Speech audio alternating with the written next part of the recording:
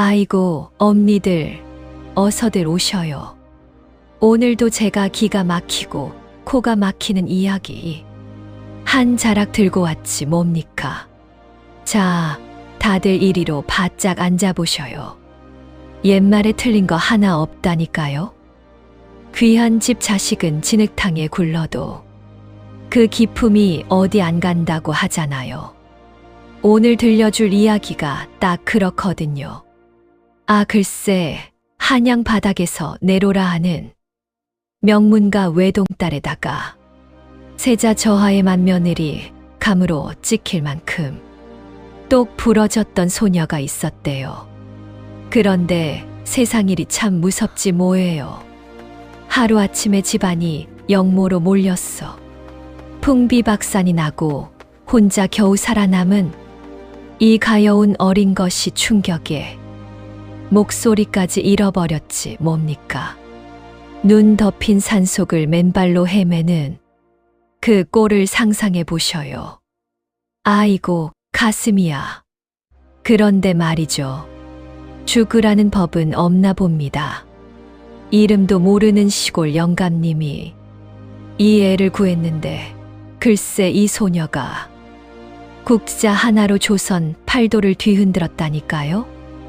대체 어떻게 된 일인지 지금부터 제 입담으로 살살 풀어내 볼 테니 잘 들어보셔요.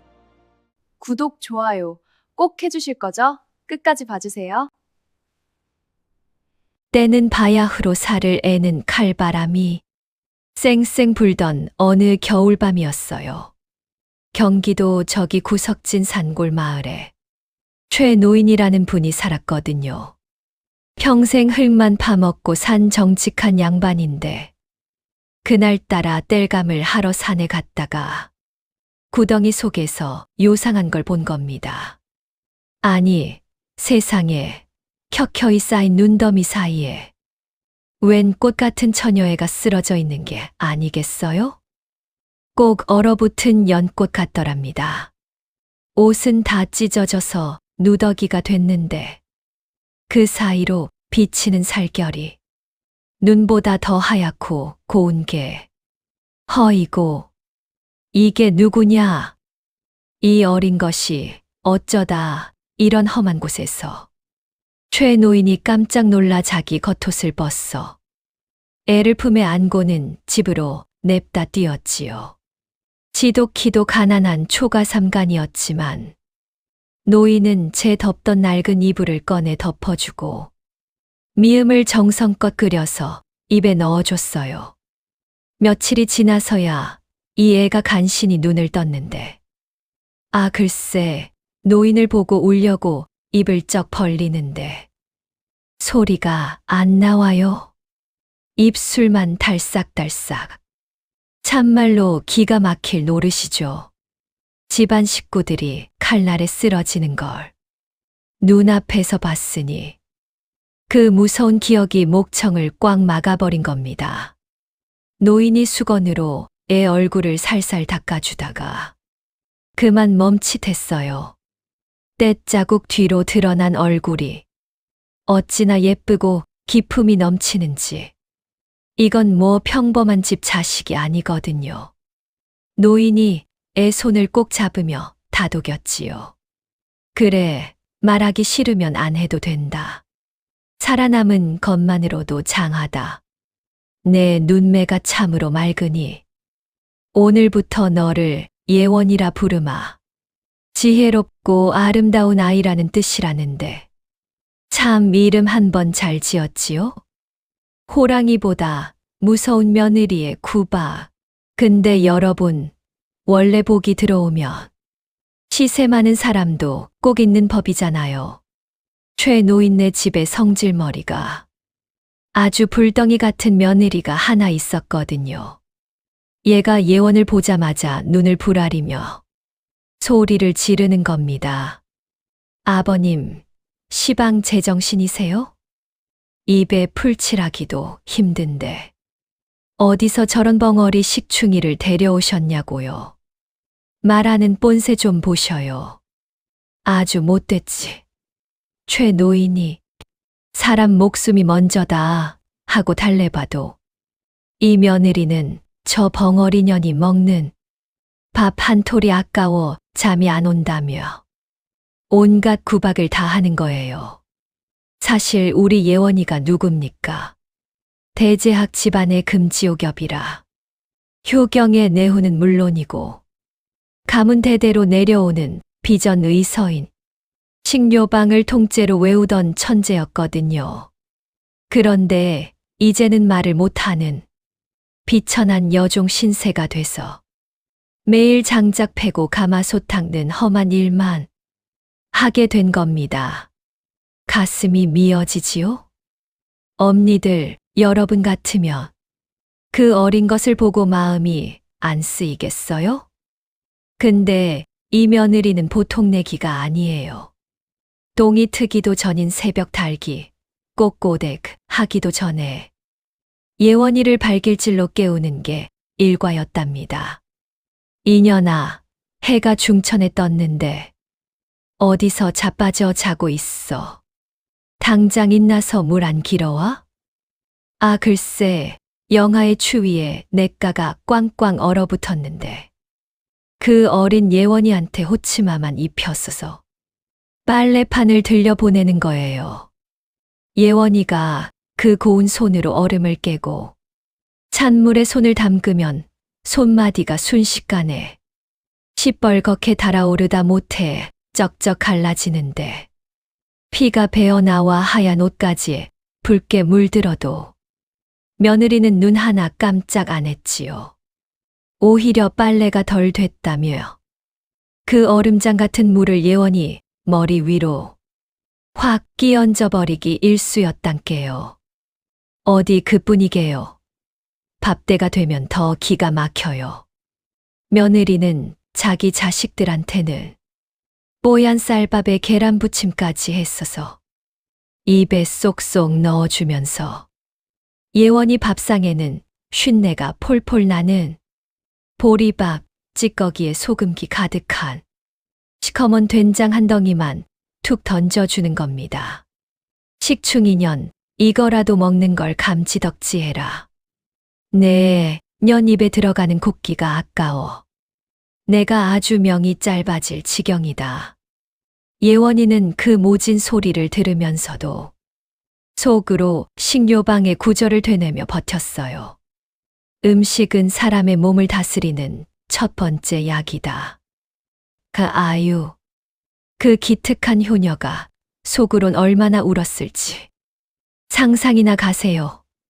밤이면 밤마다 다 해진 가마니를 덮고 누워 차가운 구들장에서 잠을 청하는데 배에선 꼬르륵 소리가 나고 몸은 오들오들 떨리고 가끔 최 노인이 며느리 몰래 감자 한 알이라도 숨겨서 건네주려 하면 귀신같이 알아챈 며느리가 아버님, 저 년 버릇 나빠지게 실이 대체 뭐 하시는 거예요? 하고 소리를 고래고래 지르는 통에 예원이는 그 감자 한 알도 맘 편히 못 얻어먹었지 뭡니까?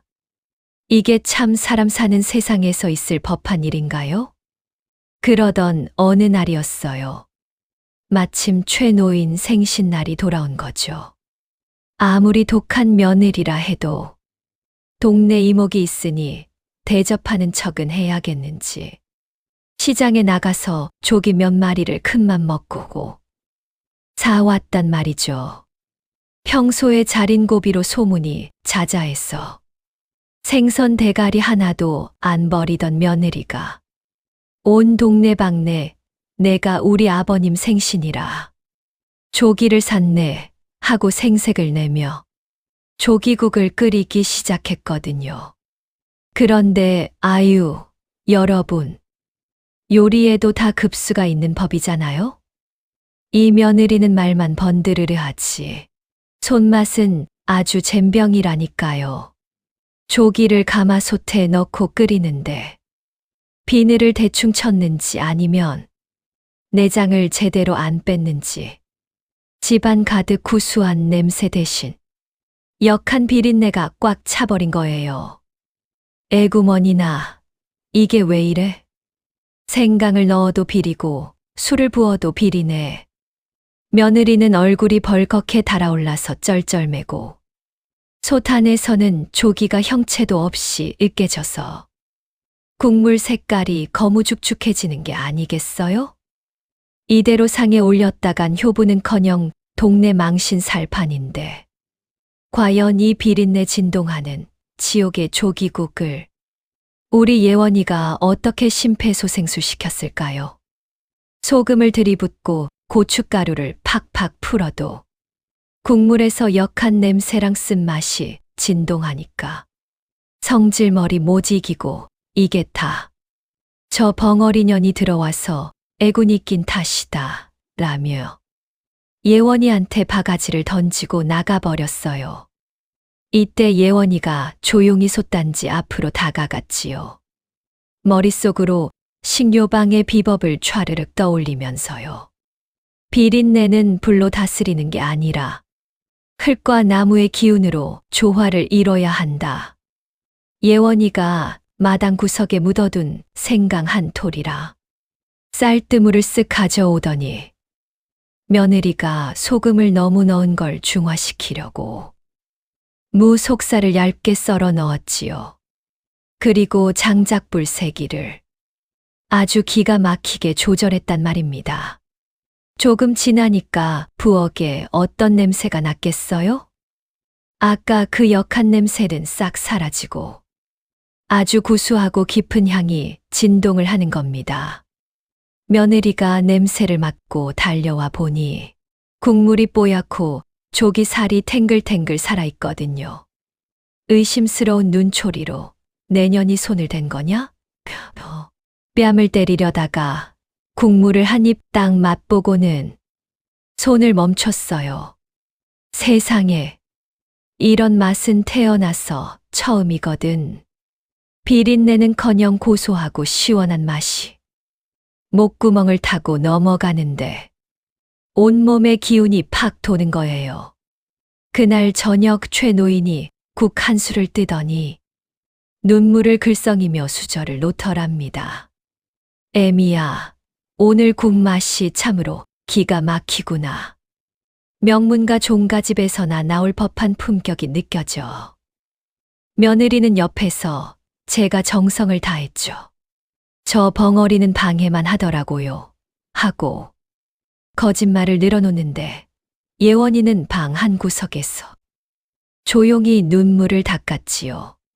자기를 구해준 노인에게 작게나마 보답했다는 안도감 때문이었겠지요. 하지만 며느리의 질투가 여기서 끝날 리가 있겠어요? 예원의 솜씨를 시기해서 더 힘든 일만 시키는 겁니다.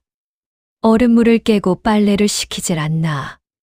무거운 쌀가마니를 혼자 들게 하질 않나. 그래도 우리 예원이는 단 한 번도 신음 소리를 안 냈어요. 오히려 그 시간을 수행이라 생각하고 빨래터 옆 약초들을 보며 의술을 복습했지요. 그러던 어느 날 큰일이 났습니다. 최 노인이 마당에서 갑자기 쓰러진 거예요. 입이 돌아가고 팔다리에 힘이 풀리는 아이고 무서운 중풍이 온 겁니다. 돈도 없는데 며느리는 집안 망조 들었네 하고 울기만 하지요. 그때 예원이가 평소에 가련한 모습은 싹 버리고 아주 단호한 눈빛으로 부엌으로 향했습니다. 예원이는 알고 있었거든요. 식료방 비법 중에 중풍 초기에 막힌 혀를 뚫어주는 특별한 죽 처방이 있다는 거요. 검은 콩이랑 말린 국화. 그리고 며느리가 아껴둔 꿀 한 방울을 꺼내는데 며느리가 달려와서 머리채를 잡으려 했지요. 그런데 글쎄 예원이가 난생 처음으로 며느리 손을 확 뿌리치지 뭡니까. 그 기백이 어찌나 서슬퍼런지 그 못된 며느리가 주춤하며 물러섰다니까요. 예원의 눈빛이 더 이상 여종의 눈이 아니었어요. 한 가문의 운명을 짊어졌던 그리고 조선 최고의 시기가 될 여인의 결연함이 서려 있었지요. 예원이는 밤새도록 정성을 다해 죽을 끓이기 시작했습니다. 자, 엄니들, 이제 최 노인이 이 죽 한 그릇으로 살아났을까요? 아니면 그 심술궂은 며느리가 또 판을 깨버렸을까요? 아이고, 엄니들. 이야기 주머니가 아주 빵빵하게 차올랐으니 귀를 쫑긋 세워보셔요. 아까 그 가여운 예원이가 중풍으로 쓰러진 최 노인을 살리겠다고 부엌으로 들어갔잖아요? 아, 글쎄, 동의보감에 뭐라고 적혀 있느냐 하면요. 풍은 화에서 오고 그 화는 물로 다스려야 한다고 했거든요. 우리 예원이가 그 비법을 어찌 잊겠어요?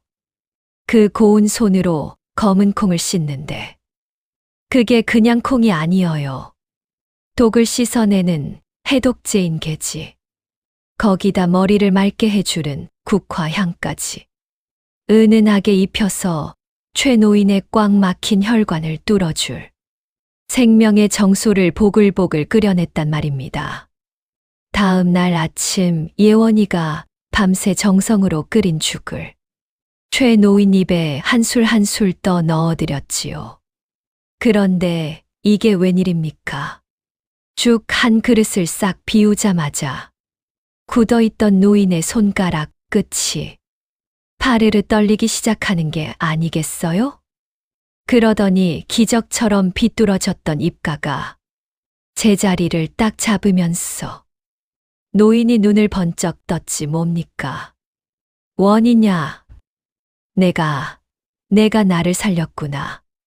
이 한마디에 예원이가 어찌했겠어요. 그동안 참았던 설움이 폭포수처럼 터져 나온 거지요. 목소리는 안 나와도 그 뜨거운 눈물이 노인의 거친 손등 위로 뚝뚝 떨어지는데 아이고, 저도 눈물이 다 나네. 며느리 그 양반은 저만치 섰어. 입을 떡 벌리고 구경만 하는데 저 벙어리년한테 대체 무슨 신통방통한 재주가 있는 건가 싶어. 무섭기도 하고 배도 아파 죽을 지경이었을 거예요. 엄니들, 여러분 같으면 어쩌겠어요? 사람이 제일 무서울 때가 언제인지 아셔요? 소리 지르고 싸울 때가 아니라 모진 매를 맞으면서도 입술 꽉 깨물고 침묵할 때거든요. 최 노인네 집벙어리 종으로 살게 된 우리 예원이 좀 보셔요. 며느리 구박은 갈수록 독해지는데 산골 겨울은 또 어찌나 지독하게 추운지 새벽마다 뒷마당에서 쩍쩍 소리가 온 산을 깨웠어요. 예원이가 장작을 패는 소리인데 그게 그냥 나무 쪼개는 소리겠어요? 가슴 속에 맺힌 능어리가 터져 나오는 소리지요. 며느리는 예원이가 잠시도 쉬는 꼴을 못 봐요. 해가 뜨기도 전에 이년아, 밥값도 못하는 벙어리년이 팔자는 좋아서 처자 빠져 있느냐 하고 빗자루 몽둥이로 어깨를 막 내리치는데 아이고, 참말로 못됐지요? 대제학 집안 귀한 딸로 자랄 땐 붓한 자루보다 무거운 건 들어본 적도 없는 고운 손인데 이제는 피딱지가 안 크고 굳은 살이 박여서 아주 엉망이 됐어요. 그래도 예원이는 도끼질을 멈추지 않았지요. 동의보감에 속에서 불이 치밀 때는 몸을 움직여 땀을 내는 게 최고라고 했거든요. 도끼질 한 번에 집안을 망친 간신놈들에 대한 분노를 싣고 또 한 번에 부모님 그리움을 담아 땀을 뻘뻘 흘렸단 말입니다. 부엌 일은 또 얼마나 고역이었게요. 며느리는 예원이가 끓인 숭늉에서도 탄내가 난다며 머리채를 휘어잡고 먹다 남은 밥찌꺼기를 바닥에 던져주면서 짐승한테는 이게 진수성찬이다 라고 비웃었어요. 예원이는 수치심에 몸을 떨었지만 살아야 했기에 그 까끌까끌한 보리밥을 약이라 생각하고 꾸역꾸역 삼켰지요. 겨울이 깊어지니 예원이 손발이 동상으로 퉁퉁 부어올라 진물이 줄줄 흐르는데 며느리는 그 추운 냇가로 갔어. 빨래를 해오라고 등을 떠미네요.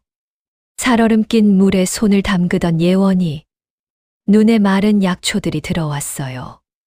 아버님 서재에서 본 식료방이 생각난 거지요. 동상에는 소금물로 씻고 산초나무 껍질을 다려 바르면 기운이 돌아온다. 남몰래 산초 껍질이랑 소금 한 줌을 구해와서 행랑채 구석에서 발을 담그는데 얼어붙었던 혈관이 요동치며 뜨거운 기운이 온몸으로 퍼지더랍니다. 그건 단순히 상처를 고치는 게 아니라 나는 절대로 무너지지 않겠다는 스스로에 대한 다짐이었던 거예요. 어느 날 밤이었어요. 최 노인이 며느리 눈을 피해 예원이 방으로 감자 2알을 쓱 밀어 넣어주네요. 원이냐, 고생이 많구나. 내 며느리가 모질어서 정말 미안하다. 노인의 그 거친 손을 잡는데 예원이 눈물이 다시 왈칵 쏟아졌지요. 너는 이런 데 있을 아이가 아니다. 언젠가 내 목소리가 돌아오는 날, 내 귀한 인연도 다시 찾아올 게다. 노인의 진심 어린 위로에 예원이 가슴 속 얼음산이 조금씩 녹기 시작했지요. 하지만 여전히 목소리는 터지지 않았어요. 원래 마음의 문은 안에서 열려야 하는 법이잖아요? 예원이는 달빛 아래서 다짐했어요. 이 고통, 며느리의 매질, 차가운 빨래터의 냉기, 그리고 노인이 준 따뜻한 감자 한 알까지 다 기억하겠노라고요. 훗날 조선 최고의 음식 치료서가 될 식생유본의 첫 페이지가 바로 그 눈물 젖은 겨울밤에 쓰이고 있었던 겁니다. 자, 엄니들, 이제 진짜 기가 막힌 대목이 나옵니다. 명문과 품격은 옷차림이 아니라 제사상에서 나온다잖아요? 마침 최노인 가문의 문중 제사가 다가왔지 뭡니까? 기세등등하게 제사 음식을 도맡겠다고 큰 소리치던 며느리. 그런데 이 양반이 의욕만 앞서지 솜씨가 있나요? 문중 어르신들이 들이닥치기 직전인데 음식은 다 타고 비린내는 진동하고 상위는 그야말로 아수라장이 된 겁니다. 며느리는 얼굴이 흙빛이 돼서 발만 동동 구르는데 그때였어요. 구석에서 먼지나 떨던 벙어리 여종 예원이가 조용히 아주 우아하게 국자를 딱 들어 올리는 게 아니겠어요? 조선 최고 종가집 맏며느리 교육을 받은 그 손끝에서 과연 어떤 기적이 일어날지 기둘려 보세요. 엄니들, 저기 경기도 변방 최노인네 문중이라 하면요. 대대로 자존심 하나는 남산만큼 높은 집안으로 소문이 자자했거든요. 1년에 딱 한 번 모시는 큰 제사날에는요. 아, 글쎄 저 멀리 한양에서도 친척들이 도포 자락 휘날리며 내려올 만큼 법도며 전통이 어찌나 엄격했는지 몰라요. 숨소리 하나 크게 못 낼 정도였다니까요. 그런데 이 집 며느리 속셈이 아주 고약했지 뭡니까. 이번 제사 때 문중 어르신들한테 확실히 눈도장을 찍었어.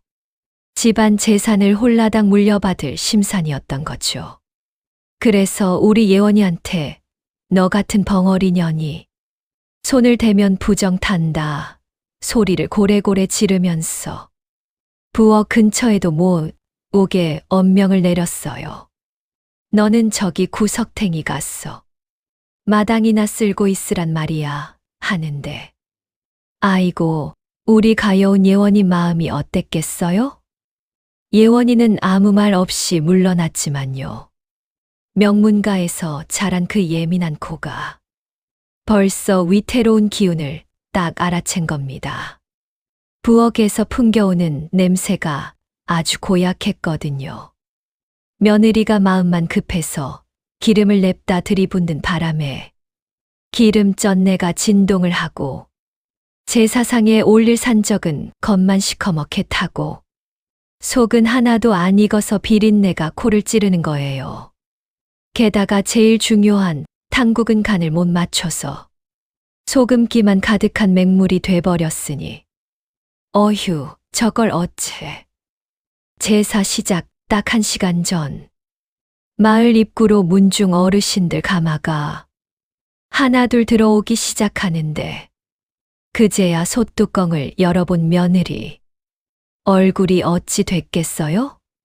순식간에 하얗게 질려서 사색이 됐지요. 국물은 짜서 도저히 먹을 수가 없고 고기는 숯덩이가 됐으니 아이고 나 죽네. 소리가 절로 나왔을 거예요. 며느리가 당황해서 소금을 더 쳤다가 물을 부었다가 아주 우왕좌왕 난리부르스를 치는데 맛이 좋아지겠어요? 점점 더 요상한 괴작이 돼버리는 거지. 옆에서 지켜보던 최 노인도 안절부절 못하면서 오늘 우리 집안 아주 큰 망신 당하겠다고 혀를 쯧쯧하며 깊은 한숨을 땅이 꺼지게 내쉬더란 말이죠. 며느리가 절망해서 주저앉아 있을 때 우리 예원이가 조용히 부엌 안으로 발을 들였어요. 평소 같으면 머리채를 잡았을 며느리도 지금은 찬밥 더운 밥 가릴 때입니까? 지푸라기라도 잡고 싶은 심정으로 멍하니 보고만 있었죠. 예원이가 솥 앞에 딱 서니까 그 눈빛이 어찌나 차분하고 매서운지 평소에 그 가련한 여종이 아니었다니까요. 국자 끝에서 되살아난 오미의 법도 예원이가 머릿속으로 동의보감, 신교편을 촤르륵 떠올렸지요. 음식 맛이 한쪽으로 치우쳤을 때는 약재로 조화를 잡아야 한다. 예원이는 그 소금물 같은 탕국에 말린 대추 몇 알이라 배에 속살을 슥슥 갈아 넣었습니다. 아 글쎄 대추의 들큰한 맛이 짠맛의 공격을 싹 감싸 안으면서 국물이 갑자기 깊고 부드럽게 변하더랍니다. 탄 고기는 또 어떻고요? 예리한 칼로 탄 부분만 싹 저며내고는 생강즙이랑 꿀을 섞은 양념을 발라 약한 불에서 은근하게 다시 구워냈지요. 그랬더니 탄내는 싹 사라지고 은은한 향이 감도는 명품 요리로 다시 태어났지 뭡니까? 식어버린 전 위에는 잣가루를 솔솔 뿌려 품격을 올렸는데 그 손놀림이 마치 춤을 추는 것 같더래요.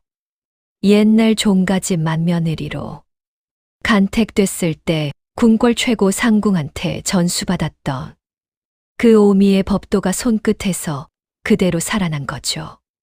며느리는 옆에서 멍하니 보면서 저 벙어리가 대체 어디서 이런 솜씨를 배웠나 싶어 의문만 가득했답니다.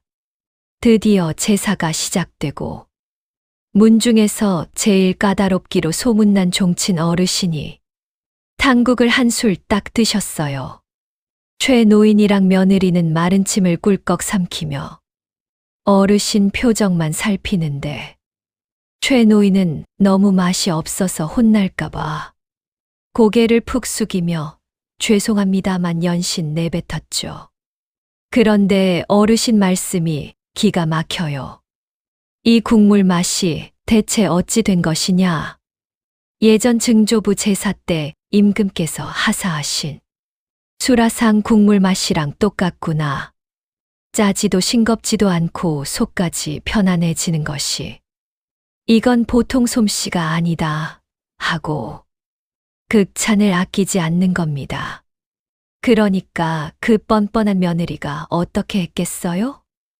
금세 얼굴빛을 싹 바꿔서 제가 밤잠 설쳐가며 고서를 뒤져 만든 비방입니다 하고 가슴을 쫙 펴고 나서는 거 있죠. 예원이는 툇마루에 앉아 그 소리를 들으면서도 서운해하지 않았어요. 칭찬을 뺏긴 것보다 내 학문이 아직 살아있다는 것만으로도 기뻤으니까요. 하지만 그날 밤 며느리가 예원을 창고로 불러냈어요. 촛불 아래 비친 며느리 눈에 질투를 넘어선 짙은 공포가 서려 있더랍니다. 너 똑바로 말해라. 어디서 이런 걸 배웠냐? 너 정말 벙어리 맞긴 해. 며느리는 예원이가 우리 집을 차지하러 온 요물인지 귀신이 곡할 노릇인지 꼭 밝혀내겠다며 으름장을 놨지요. 하지만 우리 예원이는 명문과 기품을 잃지 않고 흔들림 없이 서 있었어요. 제사상을 통해 자기 실력을 확인했으니 이제 세상으로 나갈 첫걸음을 뗀 셈이죠. 엄니들, 사실 이 집이 예원이가 오기 전부터 아주 흉흉했거든요.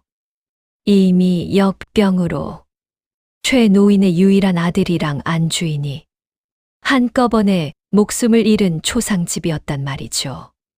졸지의 과부가 된 며느리는 그 슬픔을 도끼로 바꿔서 시아버지를 방에 가두고 곳간 열쇠를 쥐고 흔드는 절대 권력을 행사했던 거예요.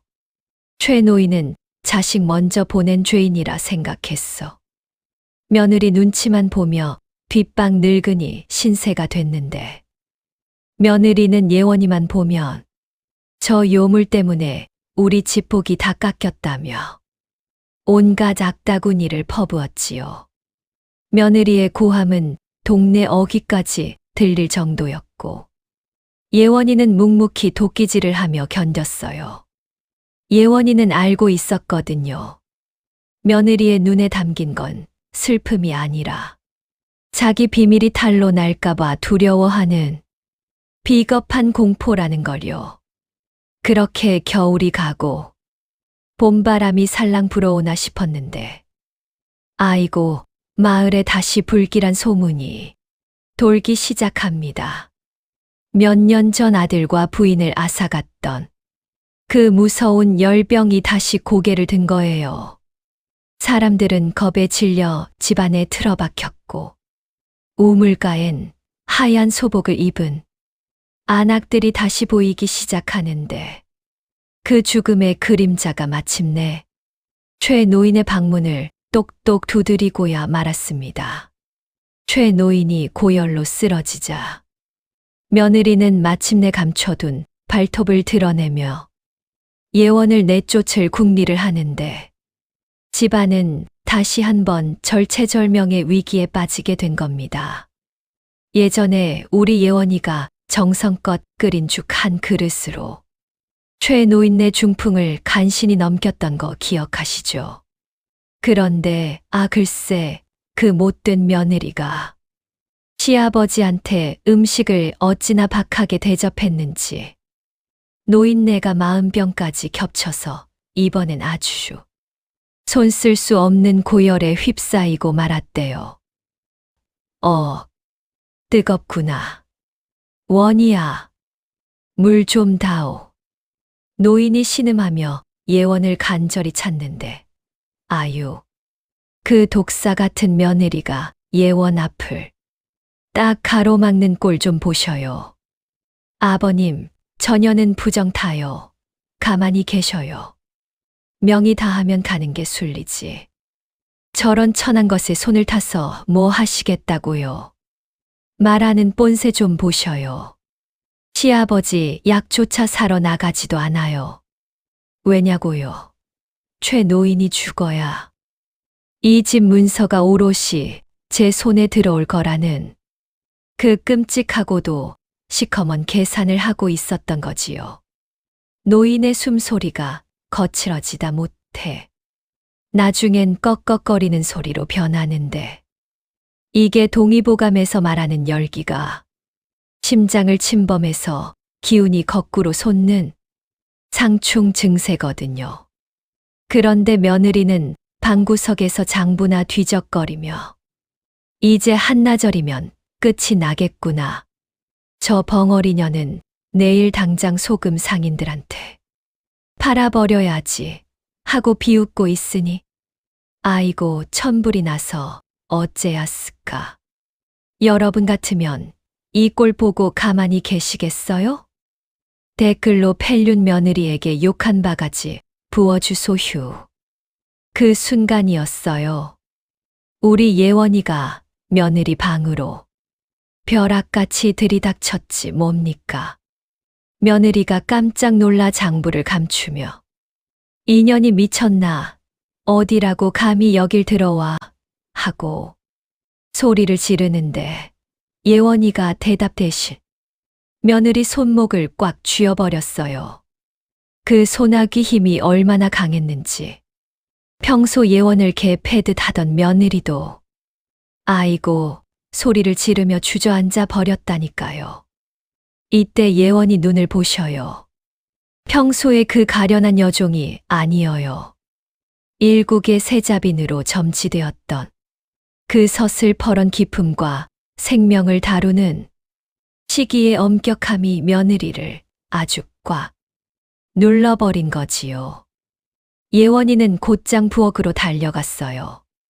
이 열병은 맑은 물과 흙의 기운으로 속을 씻어내지 않으면 절대 못 잡는다는 걸 알고 있었거든요. 며느리가 아껴둔 쌀독에서 쌀 한 홉을 꺼내고 마당 구석에서 맑은 황토를 퍼오니까 며느리가 몽둥이를 들고 쫓아와요. 아버님 시신에 흙물을 먹이려고? 내년이 정말 죽고 싶구나. 하지만 예원이는 눈 하나 깜짝 안 하고 가마솥에 불을 지폈지요. 황토를 맑은 물에 가라앉힌 그 귀한 지장수를 얻어낸 겁니다. 엄니들 동의보감에서도 지장수는 100가지 독을 풀고 가슴 속 타오르는 열을 내리는데 천하제일이라 했거든요. 거기다 지난 겨울 남몰래 말려둔 인동초 꽃잎이랑 감초를 넣어 뭉근하게 달이니 그 향긋하고 쌉싸름한 냄새가 온 집안에 진동을 하네. 며느리도 그 신비로운 향기에 홀려 몽둥이를 스르르 내려놓을 정도였으니까요. 예원이가 그 약물을 최 노인의 갈라진 입술에 적셔주니 노인의 몸이 파르르 떨리더니 새벽녘에 시커먼 땀을 쫙 흘리며 눈을 떴습니다. 시원하구나.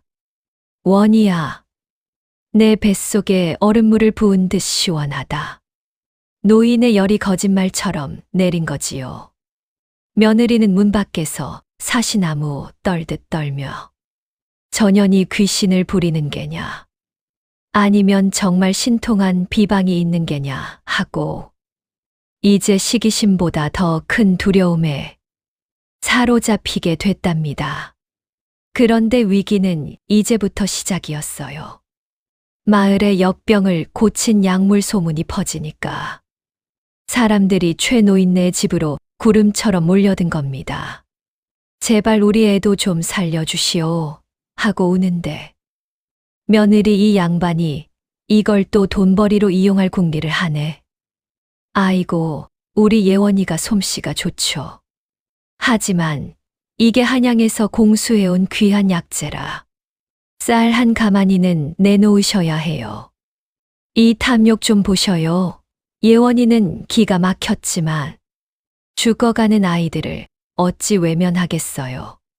손이 짓물러 터져도 묵묵히 가마솥 앞에서 국자를 저으며 지장수를 다려냈지요.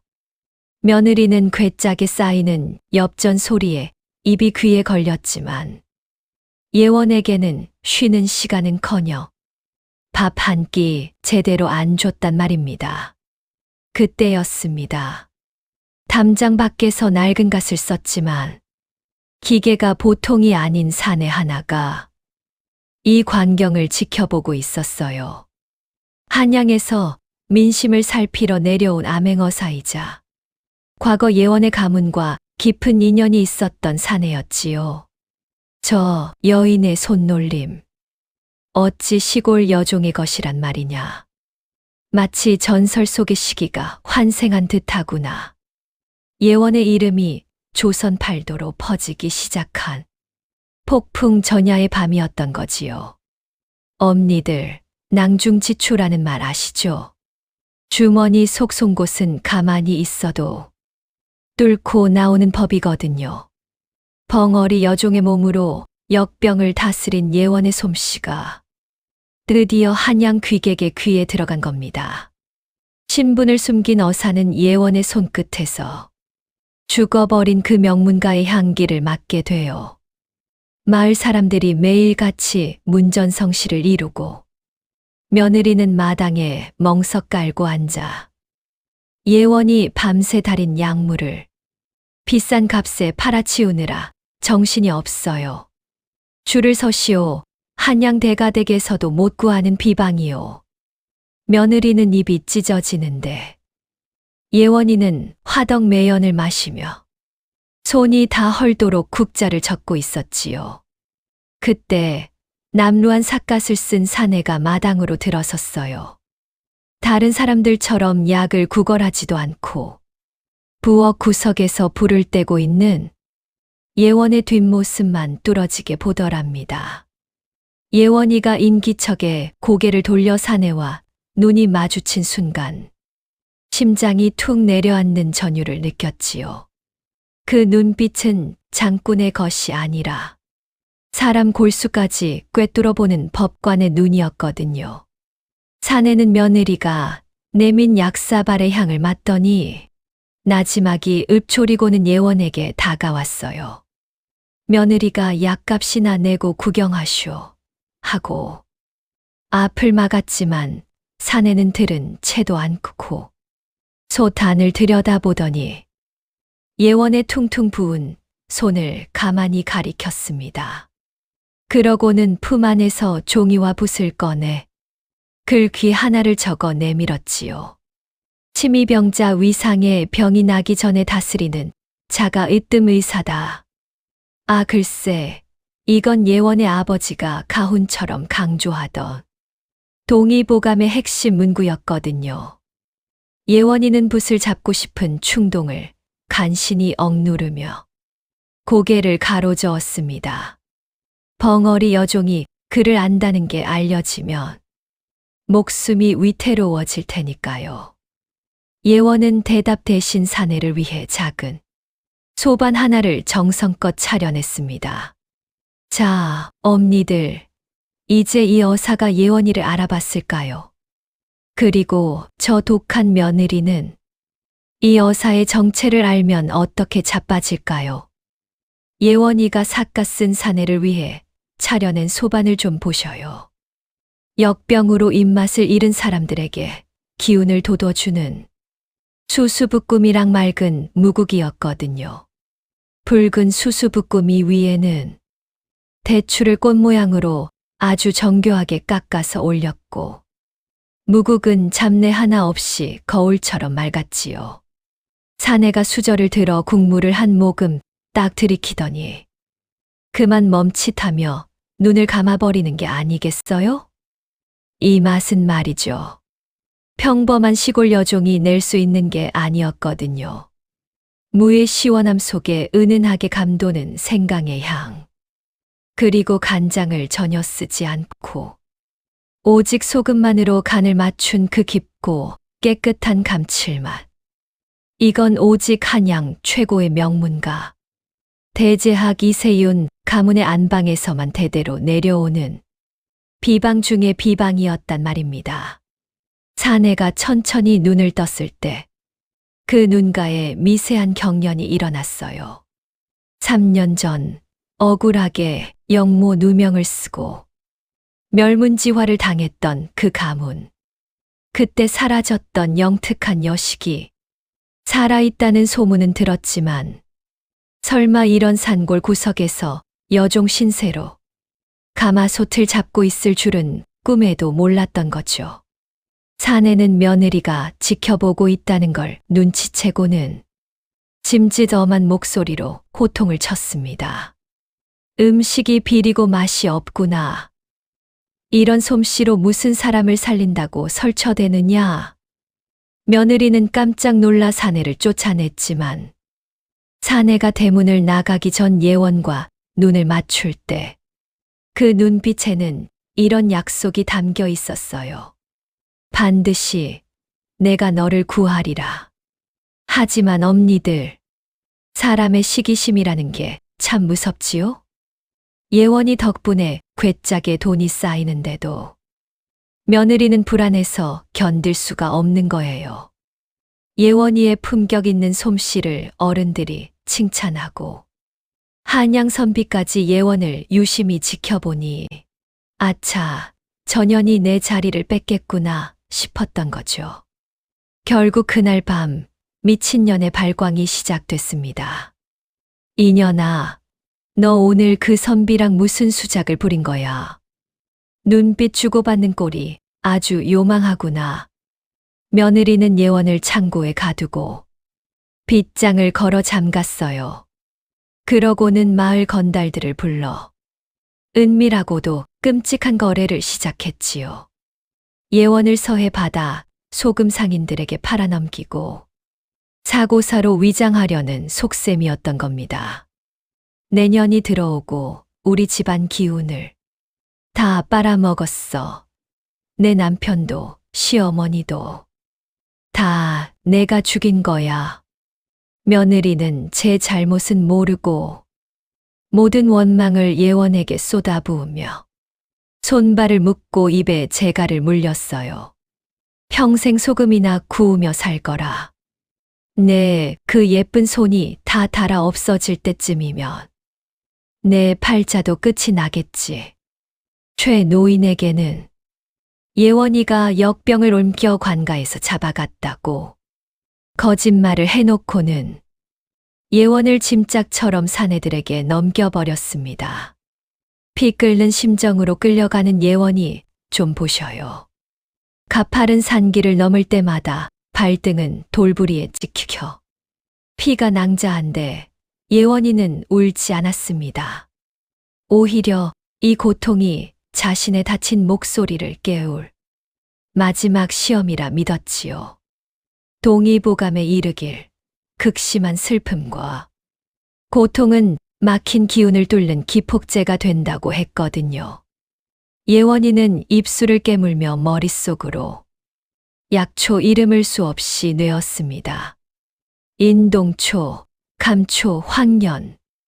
자신의 가문을 살릴 그 귀한 이름들이 굳어버린 성대를 조금씩 두드리고 있었지요.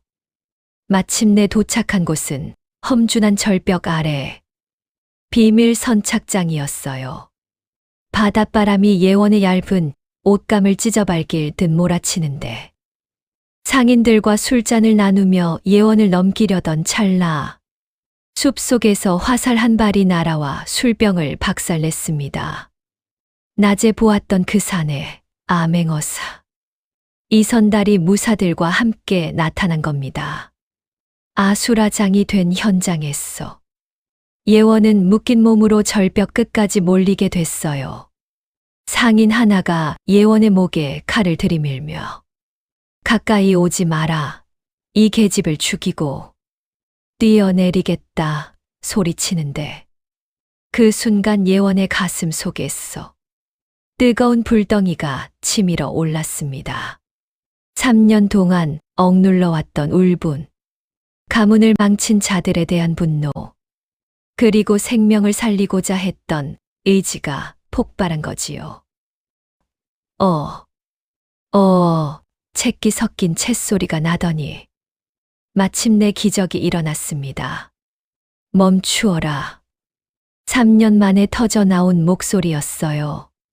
비록 갈라지고 거칠었지만 그 속에는 명문가 여인의 서슬퍼런 위엄이 가득 담겨 있었지요. 칼을 든 사내가 귀신을 본 듯 얼어붙은 틈을 타 무사들이 그를 제압했고 이선달이 달려와 예원을 부축했습니다. 예원은 떨리는 입술을 열어 이선달의 눈을 똑바로 보며 말했지요. 대제하 이세윤의 여식 예원이라 하옵니다. 어르신 저를 기억하시나이까. 이선달이 무릎을 꿇고 예원의 손을 잡으며 눈물을 흘렸습니다. 기억하다 마다요. 아가씨, 늦어서 죄송합니다. 이제 조선의 맛과 법도를 바로잡을 시간이 왔습니다. 엄니들 절벽 아래 부서지는 하얀 파도가 마치 예원이의 새 출발을 축복하는 것 같지 않나요? 이제 벙어리 여종 예원이 아니라 조선 최고의 시계 예원으로서의 삶이 시작된 겁니다.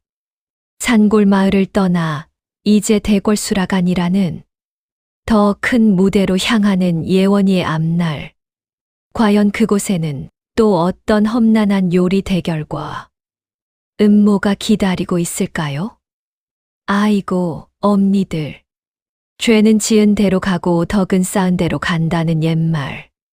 그게 정말 하나도 틀린 게 없더라고요.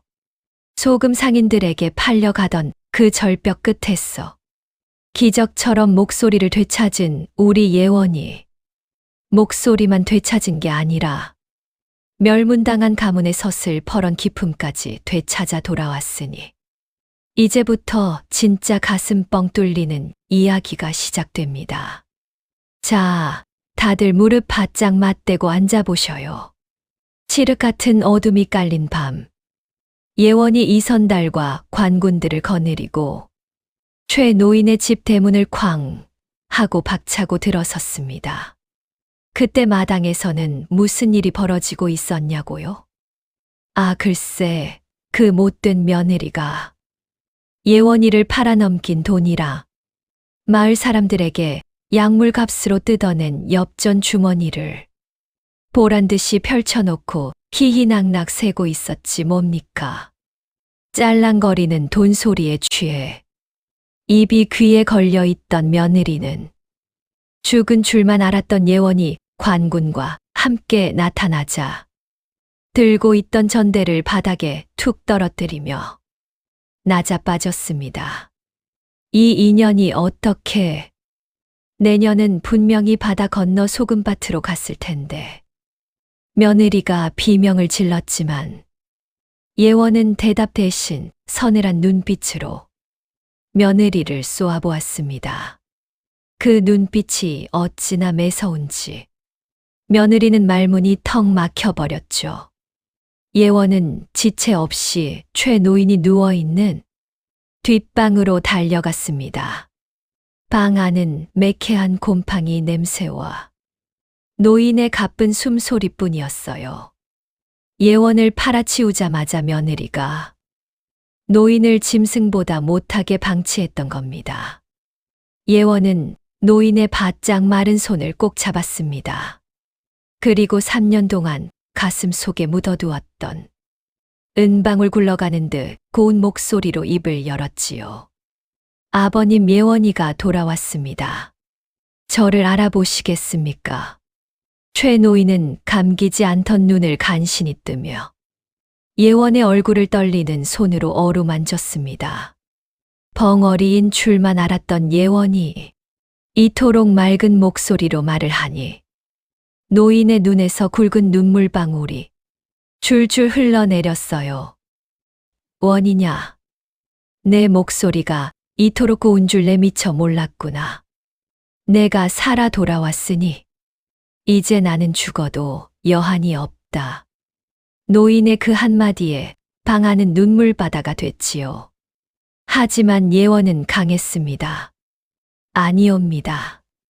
저를 살려주신 아버님을 두고 제가 어찌 가겠습니까? 조금만 참으십시오. 예원은 곧장 부엌으로 향했습니다. 탐욕으로 더러워진 가마솥을 깨끗이 닦아내고 최 노인의 기력을 단숨에 끌어올릴 특별한 처방을 시작했지요. 바로 동의보감의 정수인 공진정의 원리를 담은 약선 죽이었습니다. 창고 깊숙이 숨겨져 있던 묵은 쌀에 최 노인이 산신령께 절하며 아껴두었던 산삼 한 뿌리를 정성껏 다지고 기운을 맑게 하는 복령 가루를 섞어 뭉근하게 끓여냈습니다. 죽이 보글보글 끓어오르자 그 청량한 향기가 집안 구석구석 배어있던 도끼와 시기심을 싹 씻어내는 듯했지요. 예원이 정성껏 떠먹인 죽 한 사발에 노인의 창백했던 얼굴엔 금세 발그레하게 생기가 돌기 시작했습니다. 음식으로 사람을 살리는 진트자.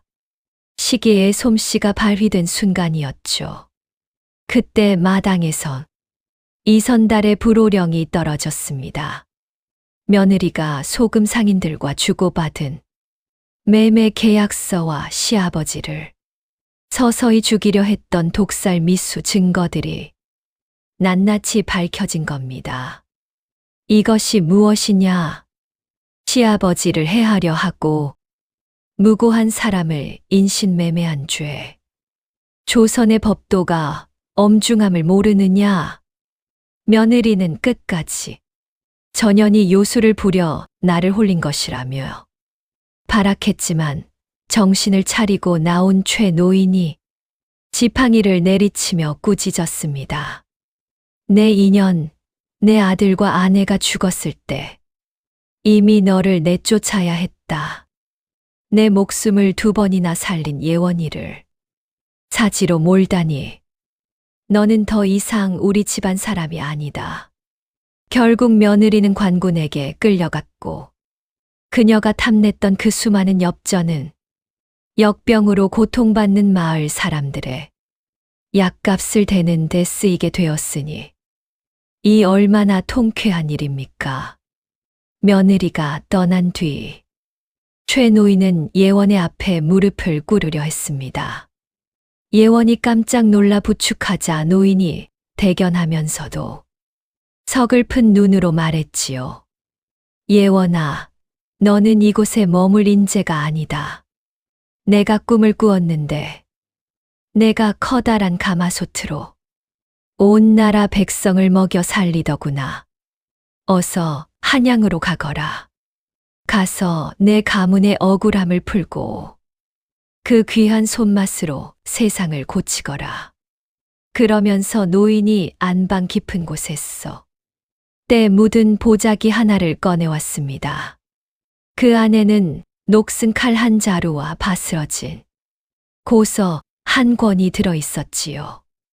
이것은 내 증조부께서 수라간 숙수로 계실 때 임금님께 하사받으신 신비로운 칼이다.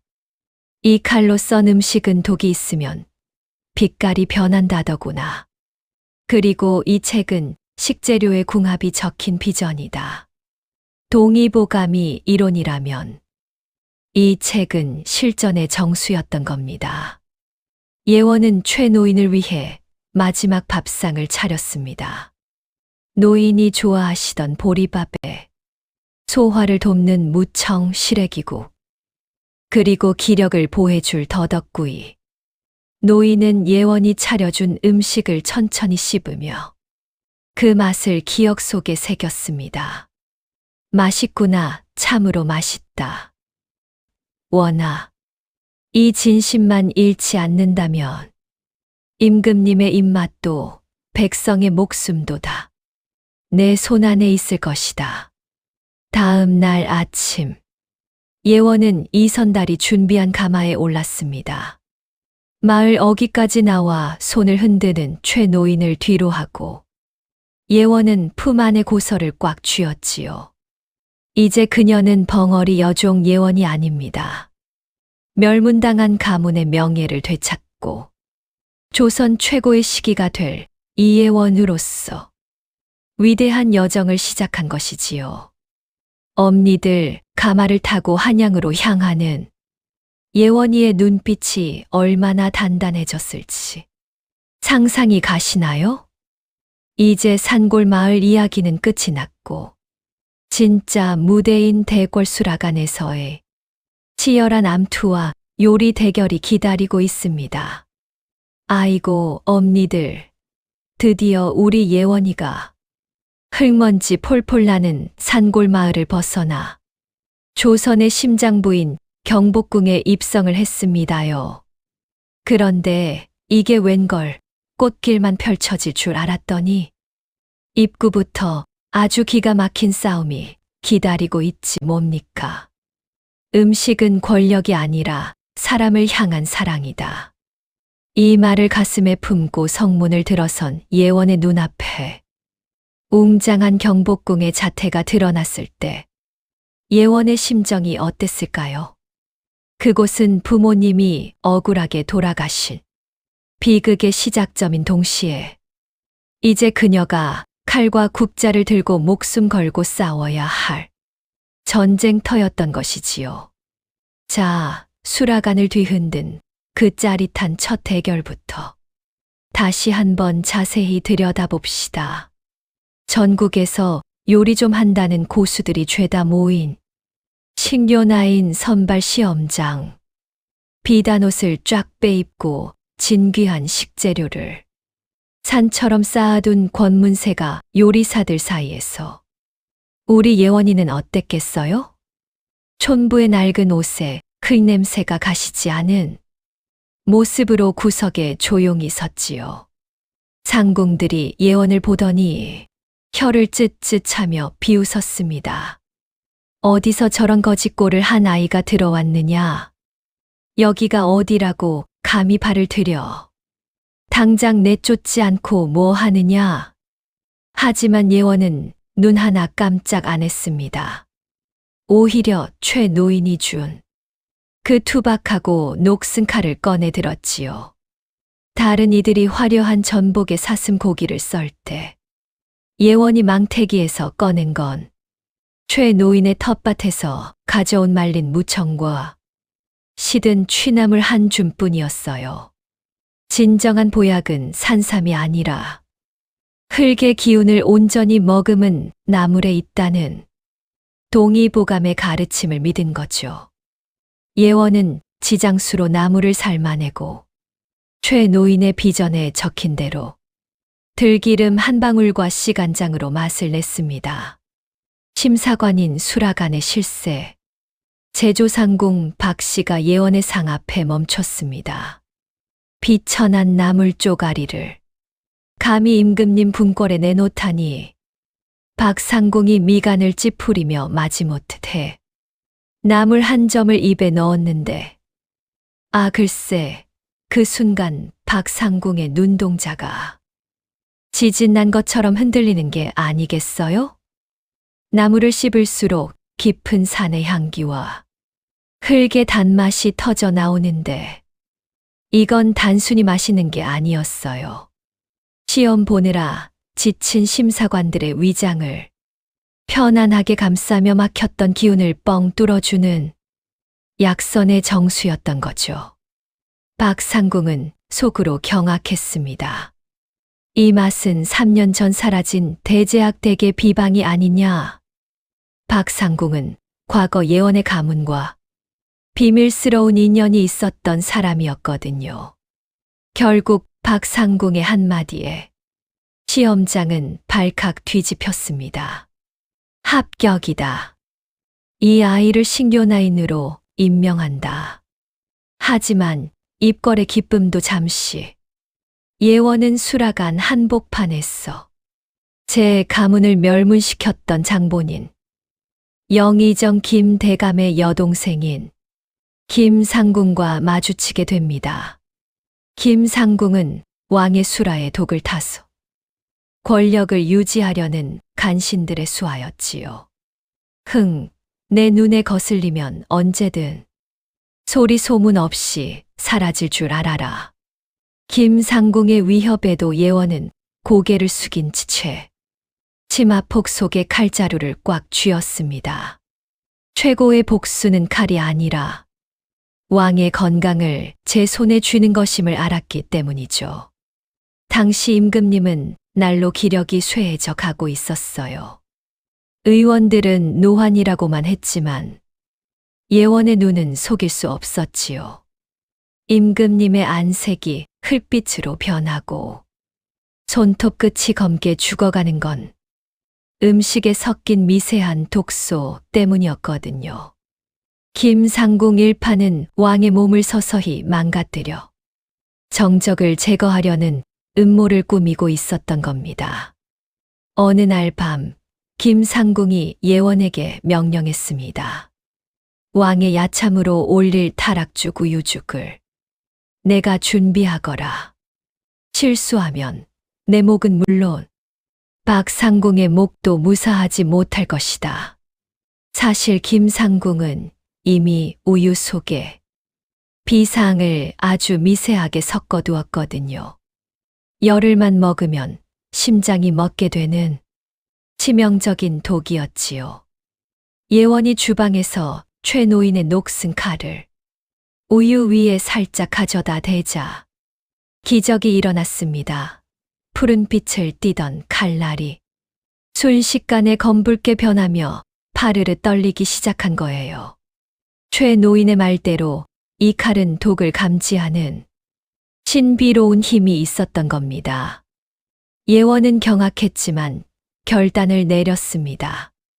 독이 든 우유를 버리면 김상궁이 눈치챌 테니 차라리 독을 다스리기로 한 것이죠. 예원은 김상궁 몰래 검은 콩과 감초, 그리고 황토를 걸러낸 지장수를 우유와 함께 달였습니다. 동의보감 해독편에 나온 비방대로 독을 중화시킴과 동시에 체내에 쌓인 독소를 밖으로 배출하는 청열해독탕을 죽으로 승화시킨 것이지요. 드디어 임금님이 야참을 한술 떴습니다.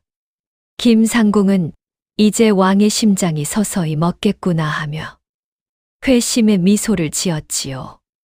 그런데 임금님의 반응이 예상과 전혀 달랐습니다. 죽을 넘긴 임금님이 감았던 눈을 번쩍 뜨시더니 어허 속이 갑자기 뻥 뚫리는구나 하시며 그릇을 깨끗이 비우시는 게 아니겠어요? 오히려 얼굴에 화색이 돌고 죽어있던 손톱 끝에 선홍빛 생기가 돌기 시작한 겁니다. 김상궁의 얼굴은 순식간에 잿빛으로 변했고 수라가는 묘한 긴장감이 흐르기 시작했습니다. 엄니들, 이제 예원이가 독을 약으로 바꾸는 신통방통한 솜씨를 보여줬으니 김상궁 일파가 가만히 있겠어요? 제 꾀에 제가 넘어간 김상궁이 이제 예원을 죽이려고 더 무시무시한 덫을 놓을 텐데 말이죠. 아니, 대체 이게 무슨 조화더냐? 내 명치 끝에 돌덩이를 얹어 놓은 것처럼 답답해서 며칠 밤낮을 꼬박 지새웠는데 이 죽 한 사발이 목구멍을 넘어가자마자 가슴 속에 뭉쳐있던 뜨거운 화기가 발끝으로 쑥 내려가는 기분이로다. 아, 이제야 살 것 같구나. 정신이 아주 맑아져. 세상에나 이런 일이 여러 번. 임금님이 그 허연 죽 한 그릇을 바닥까지 싹싹 긁어서 비워버렸지 뭡니까.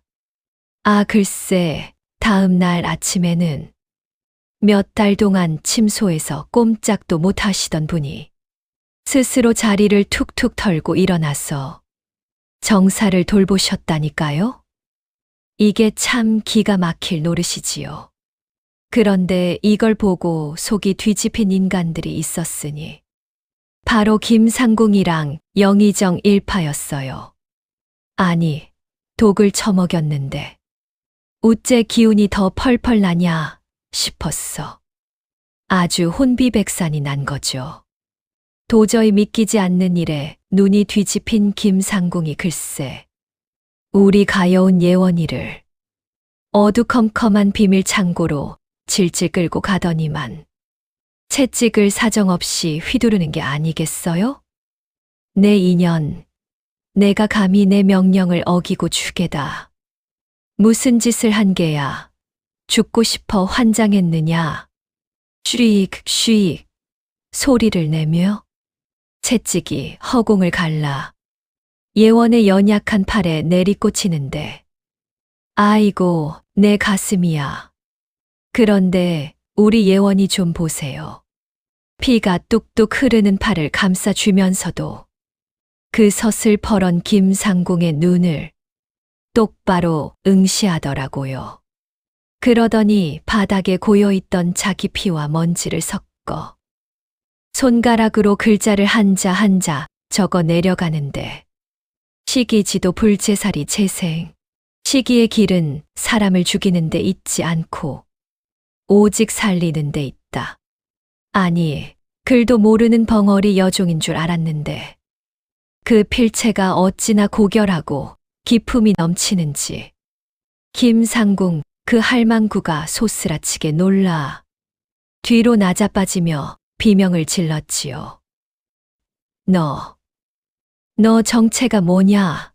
설마 역투적 이세윤에 하고 말을 맺기도 전에 夸광 하고 창고 문이 박살나며 이선달과 무사들이 들이닥쳤으니 이야 정말 10년 묵은 체증이 싹 내려가는 기분 아니겠어요?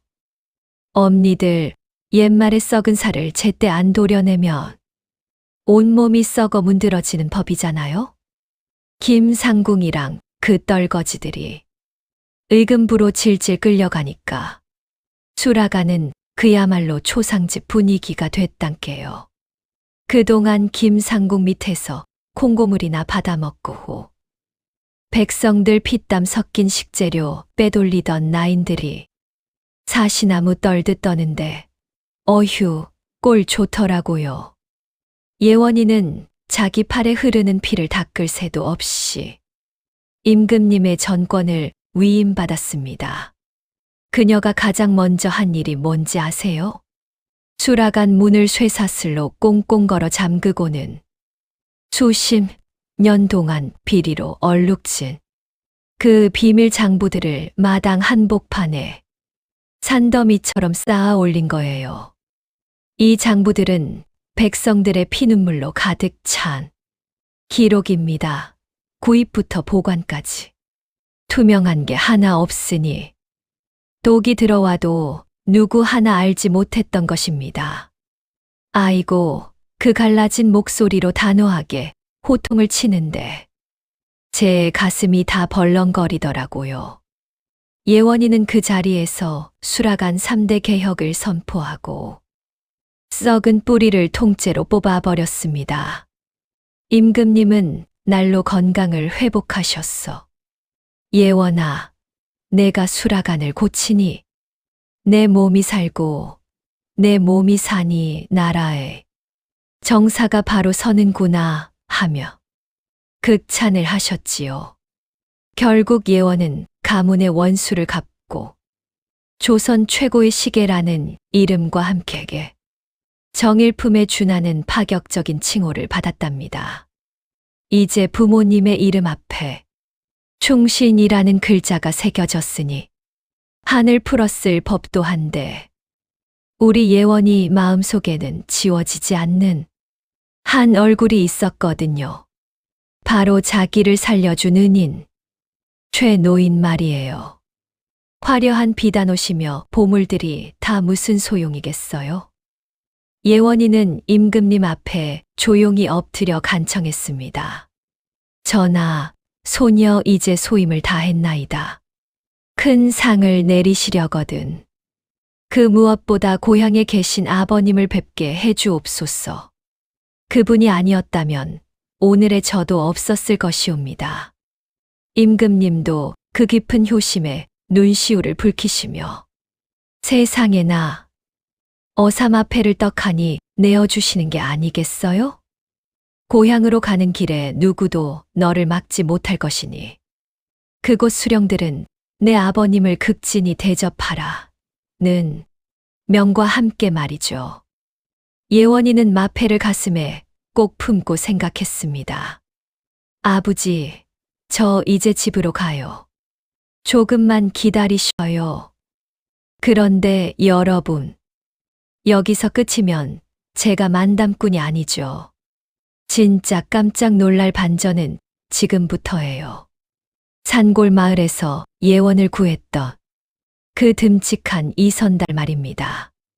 아, 글쎄, 그 양반이 사실은 신분을 숨기고 민초들의 고통을 살피던 이 나라의 세자 저하였다는 사실. 여러분 같으면 믿어지겠어요? 그리고 임금님은 젊은 시절 예원의 부모에게 목숨을 빚진 은혜를 잊지 못해 평생을 괴로워하며 사셨대요. 대체 무슨 사연인지 궁금해 죽겠지. 내가 그 숨겨진 피눈물 나는 사연을 낱낱이 읊어드릴게. 때는 바야흐로 30년 전. 임금님이 왕이 되기 전인 대군 시절이었단께요. 그때가 어떤 시절이었냐. 왕권 다툼이 하도 치열했어. 형제끼리도 칼을 겨누고 자고 일어나면 누가 죽었다는 소리가 들리던 무시무시한 판국이었지요. 우리 임금님도 역도들의 칼날을 피해 피를 철철 흘리며 눈 덮인 산길을 헤매고 있었지 뭡니까. 아이고, 이제 내 명줄도 여기서 끝이구나. 임금님이 정신을 잃고 쓰러지려던 그 찰나. 그분의 앞길을 막아선 게 짐승이 아니라 바로 대제학 이세윤. 그러니까 우리 예원이 아버지였어요. 이세윤 어른은 당시 정쟁에 휘말리기 싫어 잠시 낙향에 있었는데 피투성이가 된 젊은 대군을 발견하고는 앞뒤 재지도 않고 자기 집으로 업고 뛰어 들어간 거 아니겠어요? 역도들이 대문 앞까지 들이닥쳐서 역적을 내놓아라 하고 칼을 휘두르는데도 이 어른이 눈 하나 깜짝 안 하고 대문 앞을 딱 가로막고 서서 호통을 쳤대요. 이 집은 학문을 닦는 곳이지 살생을 하는 곳이 아니다. 내 목을 치기 전엔 한 발짝도 못 들인다. 하고 말이요.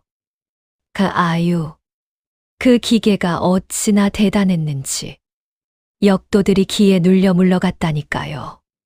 그날 밤 예원이 어머니는 밤새도록 눈물을 흘리며 정성껏 약초를 다리고 쌀을 갈아 따뜻한 미음 한 그릇을 올렸지요. 정신을 차린 대군이 그 미음을 한술 뜨고는 눈물을 뚝뚝 흘리며 그랬답니다. 내 평생 이 맛과 이 은혜는 죽어도 잊지 않겠소. 이세윤, 자네는 내 신하가 아니라 형제일세. 하고 말이오. 두 사람은 그날 밤 달빛 아래서 평생을 함께하자고 굳게 약속했지요. 그런데 세상사 참 얄궂지요? 대군이 보위에 올라 임금님이 되셨는데 나라가 평안해지나 싶었더니 그 간신배 놈들이 가만히 있었겠냐고요. 이세윤 어른이 너무 강직하고 바른 말만 하니까 김상궁이랑 영의정 일파가 잊지도 않은 영모 누명을 씌웠어. 집안을 풍비박산 내버린 거예요. 그때 임금님이 힘이 좀 더 있었으면 좋았으련만 권신들 등살에 밀려 제 손으로 은인의 가문에 사약을 내리는 교지를 써야 했으니 아유, 어머니들 그 심정이 오죽했겠냐고.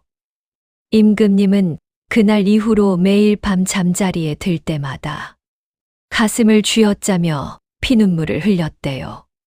세윤아, 내가 죽일 놈이다. 내가 내 가문을 지키지 못했구나. 임금님은 30년 세월을 자책과 후회 속에서 살아오셨던 거예요. 그러니 그 여식인 예원이가 살아있다는 소식을 들었을 때 임금님 가슴이 얼마나 내려앉았겠어요? 내 목숨을 바쳐서라도 그 아이만큼은 조선했어.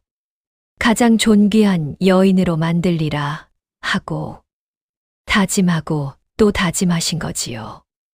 이제 그 은혜를 갚으려 예원을 세자의 곁으로 부르기로 한 거죠. 세자 저하도 임금님께 속마음을 털어놓는데 아이고 어쩜 이리 멋진지. 소자, 그 여인과 함께라면 백성의 배고픔을 내 배고픔으로 여기는 왕이 될 자신이 있나이다. 그녀의 국자 하나가 소자의 칼보다 더 많은 사람을 살리는 것을 보았기 때문입니다. 임금님은 인자하게 미소 지으며 친히 붓을 들어 최 노인에게 밀서를 적으셨습니다. 왕의 명령이 아니라 한 아이의 부모를 대신해 정중하게 혼사를 청하는 간절한 편지였지요. 마을은 여전히 고요한데 최 노인은 예원이가 떠난 빈자리만 보며 대문 밖을 서성였지요. 그러던 어느 날 한양에서 전령이 와서 황금색 비단 서찰을 내미는데 최 노인 손이 사시나무 떨듯 떨리는 거예요. 짐은 그대에게 나라의 절반을 빚진 셈이다. 그 아이를 내 아들의 배필로 맞아 가문의 명예를 되찾아 주려 하니 부모의 자격으로 이 혼사를 허락해 주길 청하노라. 아이고, 최 노인이 마당에 엎드려 참았던 울음을 터뜨리는데 제가 다 눈물이 나더라고요. 원아, 아니 예원 아가씨. 우리 아가씨가 국모가 되신다니. 이런 날이 오다니요. 최 노인은 답장 대신 예원이가 처음 집에 왔을 때 입고 있던 그 해진 비단옷 조각을 정성껏 싸서 보냈습니다. 임금님, 이 옷을 입고 우리 집에 오던 그 추운 겨울날을 잊지 마시라고 전해주시오.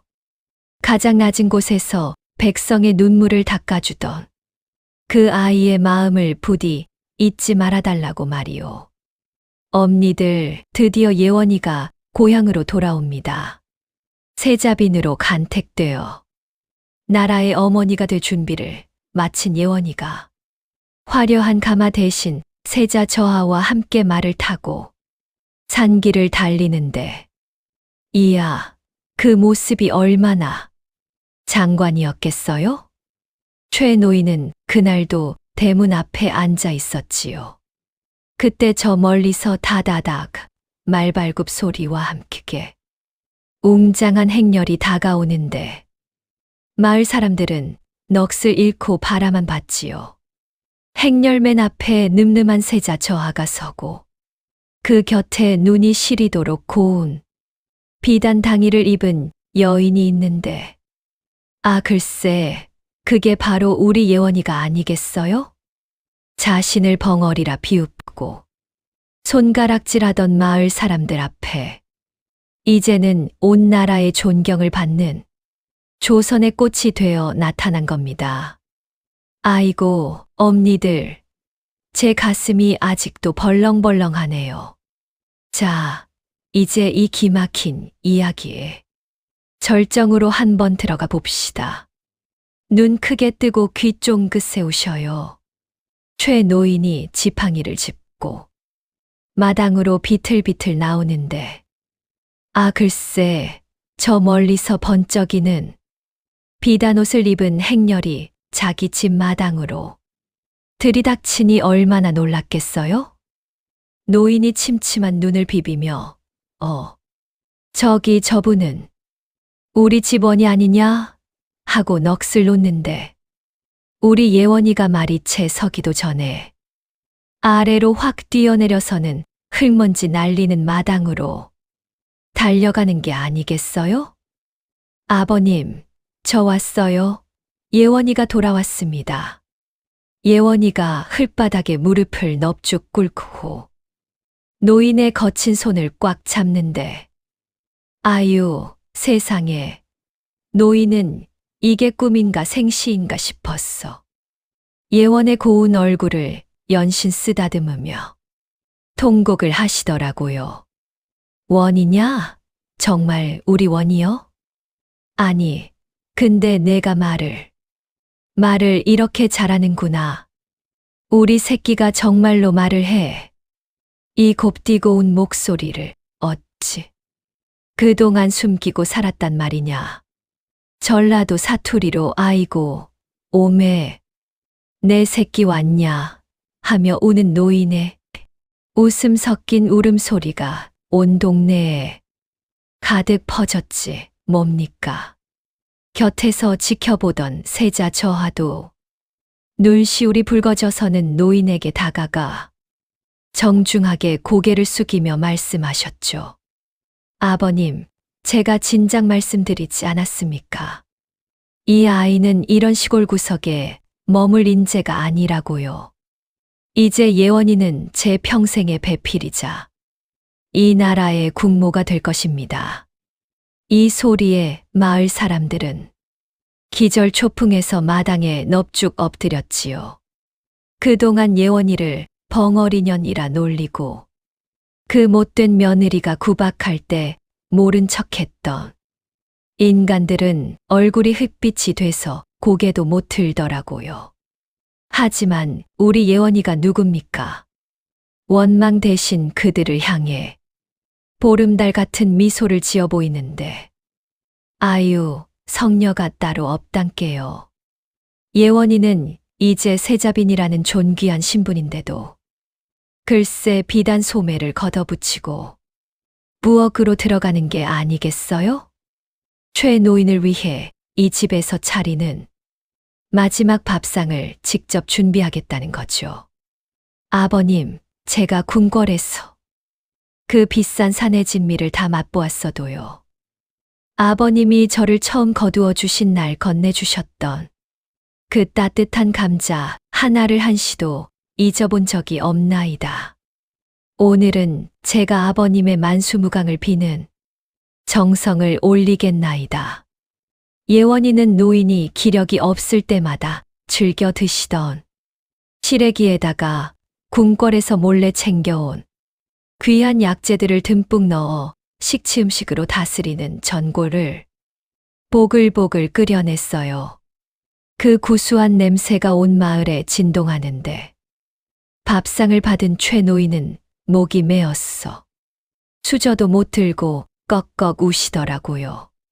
그때 세자 저하가 품 안에서 번쩍이는 황금 보자기 하나를 꺼내 노인에게 건넸습니다. 임금님이 친히 내리신 밀서였지요. 지방에 어진 백성 최 노인에게 전하노라.